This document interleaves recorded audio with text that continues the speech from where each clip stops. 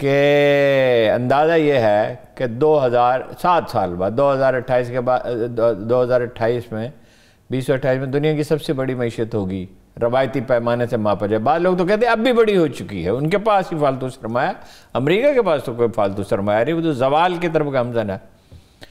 تو اس کے بعد کیا چارہ رہ گیا؟ وہ میں نے سوچا کہ ہم بھی کر سکتے تھے چین کو آمادہ بڑی پیمانے کی انویسٹمنٹ پہ. انہوں نے ایرانیوں کو آفر کی, انڈیا میں کر رہے ہیں, اور ہم تو ان کے اسٹریٹجک پارٹنر ہیں.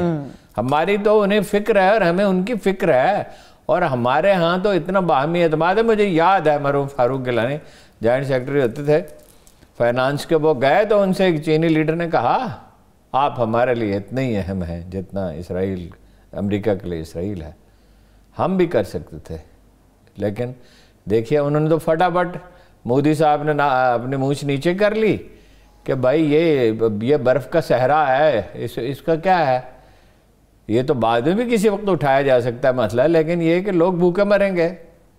اقبال کا شعر ہے کہ بت خانے کے دروازے پہ سوتا ہے برہمن اور تقدیر کو روتا ہے مسلمان تہ محراب. تو ہم وہ حالات سازگار کرنے کے لیے تیار نہیں ہیں کہ یہاں دنیا کی انویسٹمنٹ ہو. یہ ٹیررزم پہ خدا کر کے کچھ پیش رفت ہوئی, اس میں بھی پوری نہیں ہوئی. ادارے کوئی تعاون نہیں کر رہے صحیح معنوں میں, یعنی جس طرح کی سرگرمی ایف آئی اے کی ہونی چاہیے, پولیس کی ہونی چاہیے, وہ نظر نہیں آتی. اچھا ٹیکس آپ لے نہیں رہے, ایف بی آر والے نوچ کے خون تو کیا ہڈیاں بھی نہیں چھوڑتے, سب کچھ کھا گئے شائلاک کی طرح, اور آپ اس کی اصلاح کی کوئی فکر نہیں ہے, بس ہر وقت لڑنے مرنے کے لیے تیار ہے. ٹھیک ہے ہارون صاحب, مجھے 2 اہم سوال آپ سے کرنے, کیونکہ اگلے ہفتے جب ہمارا پروگرام دوبارہ سے آئے گا تب تک چیئرمین سینٹ کا انتخاب ہو چکا ہوگا. اگر 1 منٹ کے لیے فرض کر لیجئے یوسف رضا گیلانی صاحب چیئرمین سینٹ منتخب ہو جاتے ہیں تو پھر کیا ہوگا؟ کچھ بھی نہیں ہوگا, پلاؤ کھائیں گے احباب فاتحہ ہوگا, کچھ بھی نہیں ہوگا. آپ کا خیال ہے کہ گیلانی صاحب, دیکھیے وہ ٹھیک ہے جو انہیں وزیر اعظم بنایا تھا تو وہ زرداری صاحب کے اشارہ ابرو پہ چلتے تھے, وہ دوسری بات ہے, ٹھیک ہے, لیکن چیئرمین سینٹ کی حیثیت سے ایک تو یہ ہے کہ فرق بہت تھوڑا ہے. تو اگر کوئی قانون سینٹ پاس نہیں کرے گا تو مشترکہ اجلاس میں پاس ہو جائے گا. ٹھیک ہے نا. اگر چودھری برادران ان کے ساتھ رہتے, عمران خان کو بے نظیر نے 90 وزارتوں کی تعداد بڑھا دی تھی. اسے گندے پارلیمانی نظام میں یہی کرنا پڑتا ہے, ایک وزارت اس کو دے دیں ایم کے ایم کو, ایک قابل کو اور وزارت دے دیں. اس میں سیاست میں لچک ہوتی ہے, اس میں کوئی ڈھنگ کا مشورہ کسی نے دیا تو شیخ رشید نے دیا ہے. تو یہ اس میں الجھنے کے حلیفوں کو ساتھ رکھیں, اپنے لوگوں کی دل جوئی کریں, ٹھیک ہے, اس میں مانیٹرنگ کریں, یہی طور طریقہ مانیٹرنگ کریں نا. دیکھیں پیسہ تو ارکان اسمبلی سے بھی سفارشیں لینے میں کیا ہے, پیسہ ضائع نہیں ہونے چاہیے, ایویلویٹ کرنا چاہیے. فرض کیجئے کوئی ایسی سکیم ایک آدمی میں نے ایک سکیم دیتا ہے, ایسے مفروضہ ہے, ٹھیک ہے, وہ سڑک بنانے کے لیے کہتا ہے جو اس کی زمین میں سے گزرتی ہے جس سے اس کو ذاتی بات, اس کو نہ کریں. لیکن اگر یہ پارلیمانی نظام آئے چلے گا نہیں, ایک دن اس کو یہ قوم وائنڈ اپ کرے گی. آج تو دانشور اٹھ کے کھڑے ہو جاتے ہیں نا, ہاں جی, اہل دانش عام ہیں, کامیاب ہیں اہل نظر, کیا تعجب ہے کہ خالی رہ گیا تیرا یاق. یہ جو دانشور ہے نا کہتے ہیں صدارتی نظام اسٹیبلشمنٹ چاہتی, اور مسلمانوں کو ہے ہی صدارتی نظام سازگار. ان کا مزاج ایک لیڈر ہونے چاہیے, چین آف کمانڈ چاہتے, طاقتور لیڈر چاہتے. عمران خان کو اپنی خامیہ ساری کے باوجود اگر یہ ایک صدر ہوتا با اختیار تو یہ ارکان اسمبلی کے مرہون منت نہ ہوتا تو سچویشن بہتر ہوتی. تو کرونا کی وجہ سے بھی خراب ہوئی, پچھلے ملکوں کی وجہ سے, اور یہ ایک مشاورت کا وہ نظام بھی ٹھیک نہیں ہے, اور سرکاری اداروں میں اتنا پیسہ کھپ جاتا ہے, اتنا پیسہ کھپ جاتا ہے. ابھی ریلوے پہ آتے ہیں تو میں آپ سے عرض کرتا ہوں کہ کتنی تباہی اس میں ہو رہی ہے. تو ایک دن تو اس کو بدلنا ہی ہوگا. ٹھیک, آپ کی گفتگو سے میں نے کچھ اندازہ لگایا مونیر آنے سے پہلے کہ شاید عمران خان صاحب کے علاوہ بھی کوئی اور ہے جس کے خلاف عدم اعتماد آئے گا. جیتنے دوں, عدم اعتماد کس کے خلاف آئے گا ہارون صاحب؟ قومی اسمبلی کے اسپیکر کے خلاف آئے گا, اور پوری کوشش کریں گے کہ وہ اگر کچھ لوگ جو ہیں وہ کرنے کے لیے تیار ہے. کارروائی تو عمران خان کر نہیں سکتے, ان کے پاس 16 آدمیوں کی فہرست ہے, ان کی جیب میں پڑی ہوئی ہے, ہی نوز اٹ. سندھ اسمبلی کے بھی 6 ارکان نے دھوکہ دیا ہے نا, ان کے خلاف تو کارروائی کر سکتے ہیں شاید,